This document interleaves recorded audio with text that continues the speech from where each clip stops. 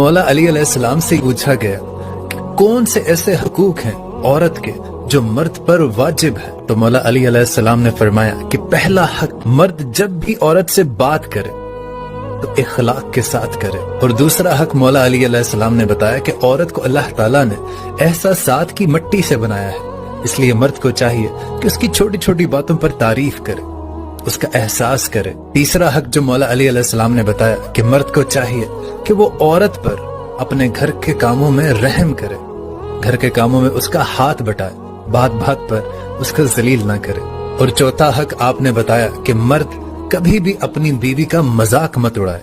अगर उसे कोई चीज नहीं बनानी आती या कोई भी ऐसी चीज जिसकी वजह से उसकी दिल आजारी हो सकती है, मर्द उससे कभी ना करे। और पांचवा हक जो मौला अली अलैहिस्सलाम ने बताया कि मर्द को चाहिए कि औरत की तमाम जरूरियात जिंदगी की अशिया उसे घर में ला कर दे।